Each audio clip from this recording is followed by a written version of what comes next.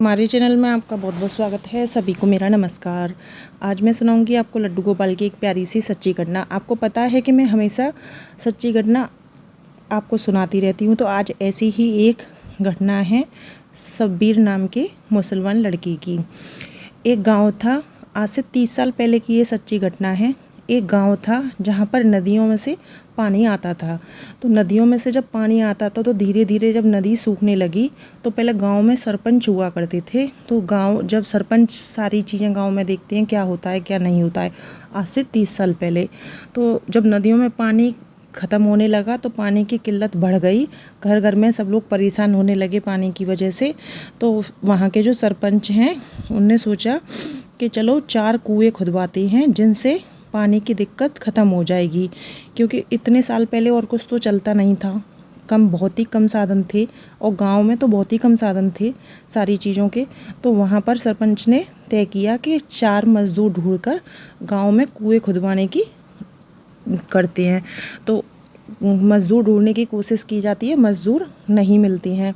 तो फिर बाहर जाके मज़दूर ढूंढे जाते हैं कि कहीं एक मज़दूर मिल जाए। तो उनको 5 मज़दूर मिल जाते हैं, जिनमें एक जो मज़दूर था वो मुसलमान था और उसका शब्बीर नाम था। तो वो उनसे ये कहा गया था, क्योंकि वो बाहर के थे ना, गांव में मिले नहीं थे तो बाहर के थे, तो उनसे ये कहा गया था कि जब तुम कुएं खोदोगे तो तुम्हें उतने टाइम यहीं पे रहना पड़ेगा, क्योंकि ना तो वो लोग जा सकते थे क्योंकि दूर से बुलाए थे, और ना ही वो गांव वाले चाहते थे कि यहाँ से जाएं तो देर से, वो क्योंकि पानी की बहुत ज़्यादा दिक्कत हो रही थी। तो वो लोग वहीं पर रह गए। सरपंच जी ने सारा इंतज़ाम किया, खाने पीने का, सब चीज़ का सरपंच जी ने इंतज़ाम किया। खाना खाते वहीं पर रहते और रोज़ कुएं खोदते थे। और पहले एक ये भी बात थी, देखिए आजकल तो मशीनें चल गई हैं जिनसे खुदाई हो जाती है, जैसे समरसेबल लगती है, जैसे जेट भी कहा जाता है, समरसेबल लगती है। तो आजकल मशीनें आ जाती हैं, वो खोद देती हैं। पहले ऐसा कुछ नहीं था कि मशीनों से खुदाई होती थी। पहले वही फावड़े जो होते थे, फावड़ा जिनको बोलते थे, मतलब इंसान को खुद ही मेहनत करनी पड़ती थी, खुद ही खुदाई करनी पड़ती थी। पहले कोई इस तरीके से मशीनों की कोई सुविधा नहीं थी। तो इस तरीके से अगर खोदेंगे तो उनको अच्छा खासा टाइम लगेगा। तो वो काफ़ी दिन वहाँ पर रहे, उनने कुएं खोदे, 3 कुएं खोद चुके थे और तीनों कुओं में पानी भी आ चुका था। तो सभी लोग बहुत खुश थे। तो एक कुएं का और निर्माण करना था, तो सरपंच जी बहुत खुश थे। तो सरपंच जी ने कहा कि इस कुएं का और निर्माण करो, फिर मैं आपको सारे जितने मज़दूर से सब अच्छे से अच्छी चीज़ दे के विदा करूँगा। आपने हम सब लोगों की इतनी मदद की है, क्योंकि हमें यहाँ मज़दूर मिले नहीं, तो हमने आपको कहा, और नहीं आप लोग नहीं आते तो हम पानी से बहुत ज़्यादा परेशान रहते। तो वो लोग खुदाई कर रहे थे। एक दिन जो एक कुआं बचा था, 3 खुद चुके थे, तो खुदाई कर रहे थे। तो खुदाई करते करते जब नीचे, बहुत नीचे पहुंच गए, तो वहाँ खुदाई करते करते, तो जब खुदाई कर रहे थे तभी मिट्टी में उनको एक चीज़ नज़र आई। एक कलसा रखा हुआ था। कलसे में, जो कलसा चांदी का था और जिसमें सोने के सिक्के भरे हुए थे। तो उनने देखी ये कोई चमकनी चीज़ है और वो उसको देखते हैं। तो फिर जब खुदाई करते हैं तो उसे पूरा बाहर निकाल लेते हैं। तो सभी सारे जो मज़दूर थे, तो 5 मज़दूर थे, तो उनमें से 4 मज़दूर कहती हैं कि हमने मेहनत की है, खुदाई की है, ये हमें मिला है, तो हम इसे आपस में बांट लेंगे और हम सब इसी चीज़ को ले लेंगे, इन पैसों को ले लेंगे, क्योंकि हमने ही तो खुदाई की है और हम यहाँ से ले जाएंगे तो किसी को पता भी नहीं चलेगा कि इस कुएं में इस तरीके से पैसे निकले हैं। तो वो जो शब्बीर था, जो मुसलमान था, उसने कहा कि नहीं नहीं, ये गलत बात है, सरपंच जी ने हमें काम पर रखा है और ये गांव उन्हीं का है, तो इस पैसों पे और इन सब चीज़ों पे हमारा कोई हक नहीं है। तो बाकी मज़दूर कहती हैं पागल है क्या, जब हमने खोदा है, हमने मेहनत की है, सरपंच जी ने थोड़ी खोदा है, अगर खोदते नहीं तो ये कहाँ से मिल जाता। तो शब्बीर कहता है ठीक है खोदते नहीं, लेकिन हम तो यहाँ नहीं कहीं और मेहनत करते तो वहाँ से मिलते, हमें तो मेहनत करते हैं और पैसा मिलता है, हमें इस चीज़ से कुछ मतलब नहीं है कि क्या सही क्या चीज़ निकली है, और अगर वो निकली है तो हमें उनको देनी चाहिए। तो वो इस तरीके से आपस में कहती हैं। तो 4 जो मज़दूर होते हैं, तो उनको लगता है कि अगर इसने कह दिया सरपंच जी से तो हम भी पकड़े जाएंगे और हम, सरपंच जी फिर हमें दंड देंगे। उस टाइम ऐसे ही होता था कि सज़ा दी जाती थी, पुलिस को बहुत ज़्यादा नहीं बुलाया जाता था, जो भी फैसला करते थे वो सरपंच करते थे। तो उनके डर से फिर 4 मज़दूर बोले ठीक है इसे बता देते हैं सरपंच जी को कि ये यहाँ पर हमें घड़ा मिला है। तो सारे मज़दूर सरपंच जी को बुलाने जाते हैं और फिर ऐसे ऐसे बताते हैं कि यहाँ पर एक घड़ा मिला है और उसमें सोने की ये सारी चीज़ें मिली हैं। तो सरपंच जी बहुत खुश हो जाते हैं और वो कहते हैं कि मज़दूरों से कि तुम कितने ईमानदार हो, इतना पैसा किसी और को मिलता, इतना सोना चांदी तो वो लेके भाग जाता। तो वो मज़दूरों से बहुत खुश हो जाती हैं, बहुत खुश हो जाती हैं और उनको कहती हैं कि जब तुम जाओगे तो मैं और अच्छे से तुम्हारा मान सम्मान करूँगा और जो मुझ पर होगा वो मैं तुम्हें दूँगा। तो सरपंच जी इतने खुश होते हैं उनकी ईमानदारी देख के कि आज के इस ज़माने में ईमानदार लोग भी रहते हैं।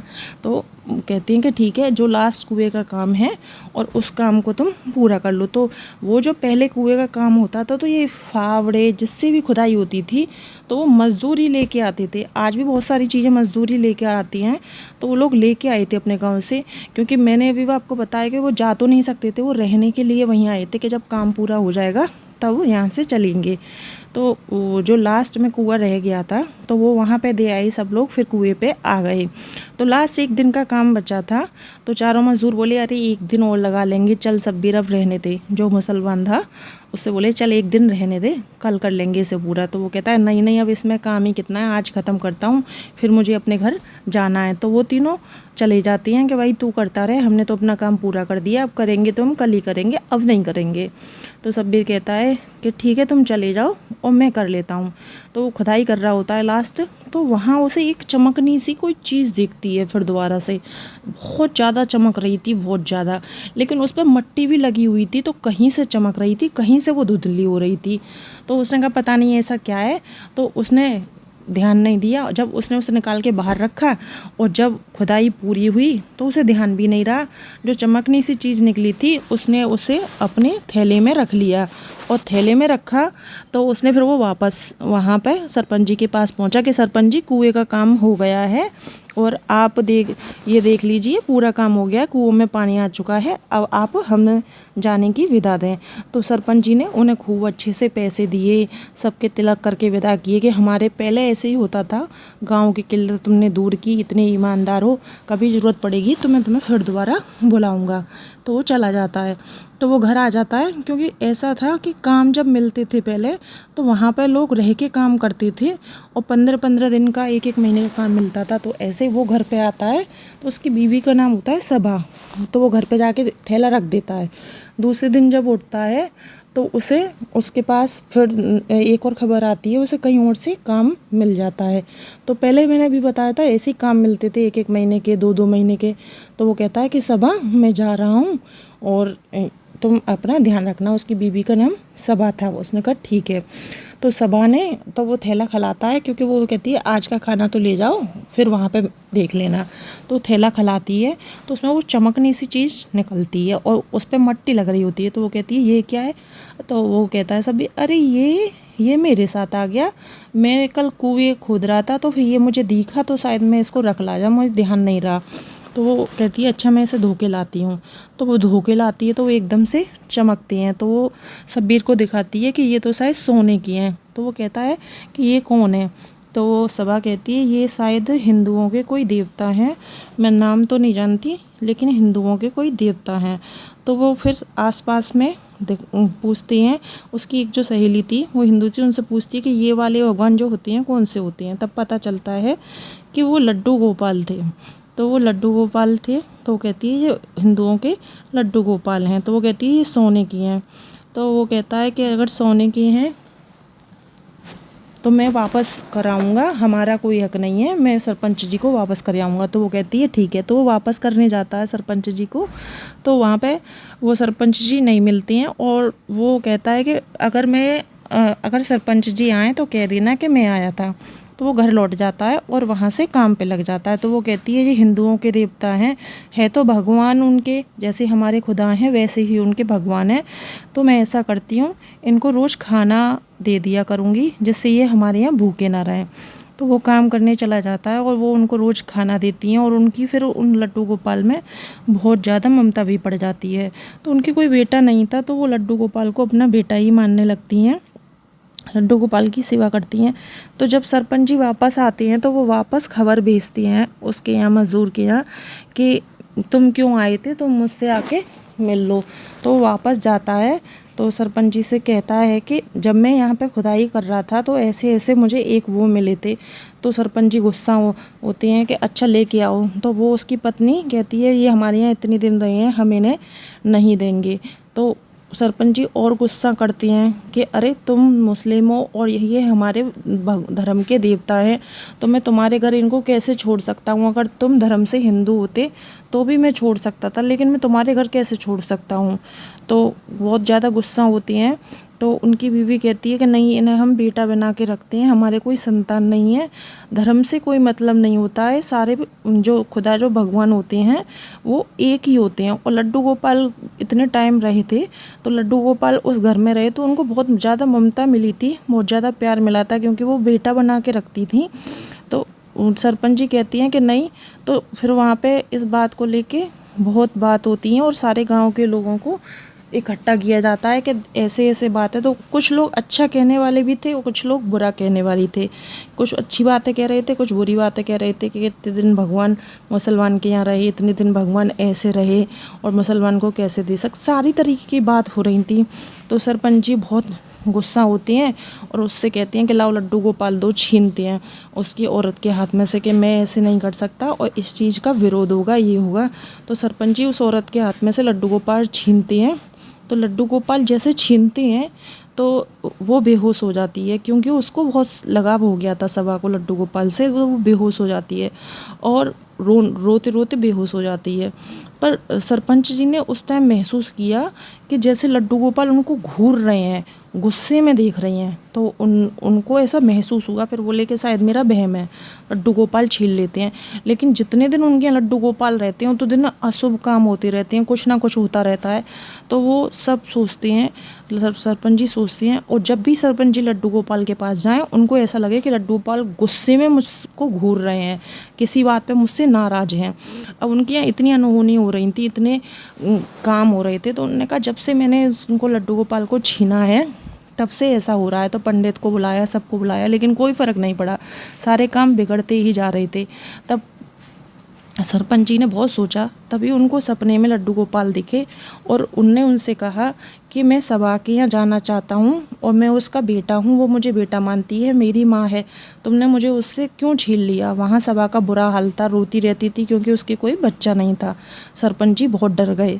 सुबह उठे तो उनने सारे गाँव वालों को इकट्ठा किया और सबको अपनी सारी बात बताई।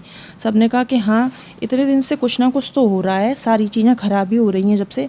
तो फिर सरपंच जी उन दोनों को बुलाती हैं और उन दोनों को लड्डू गोपाल दे देती है कि ये तुम्हारे यहाँ ही रहना चाहती हैं, धर्म से मतलब नहीं होता, जो सच्ची पूजा करता है उसके यहाँ ही ठाकुर जी रहना चाहती हैं, सबके भगवान खुदा सब एक ही हैं, तुम ले जाओ। तो हाथ जोड़ के माफ़ी मांगती हैं और सभा को दे देते हैं। उसके बाद सभा के 3 पुत्र होते हैं और तीनों पुत्रों के नाम वो भगवान के नाम पर ही रखती है कि जब मैं नहीं रहूँगी इस दुनिया में तो मेरे पुत्र भगवान जी की सेवा कर सकेंगे। तो मैं अब अगर इनको सिखाऊंगी कि भगवान जी की सेवा करनी है तो वो उसी तरीके से करेंगे। तो उसने अपने तीनों बच्चों का नाम भगवान के नाम पर रखा और अब वो इस दुनिया में भी नहीं है।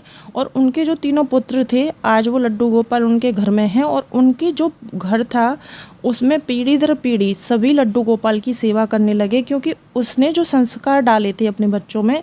तो लड्डू गोपाल घर में थे तो सारे बच्चों को सिखाया कि ये हमारे जैसे खुदा होती हैं वैसे ये भगवान होते हैं। तो उसी तरीके से फिर बच्चों की सोच बन गई थी, वो सभी भी पूजा करते हैं और आज इतने साल बाद भी वो उन्हीं के घर हैं और पीढ़ी दर पीढ़ी उनकी भी पूजा होती है और उनके धर्म की भी पूजा होती है। तो इस वीडियो से पता चलता है कि जो सच्ची भावना रखता है भगवान स्वयं उसके घर में पहुंच जाती हैं।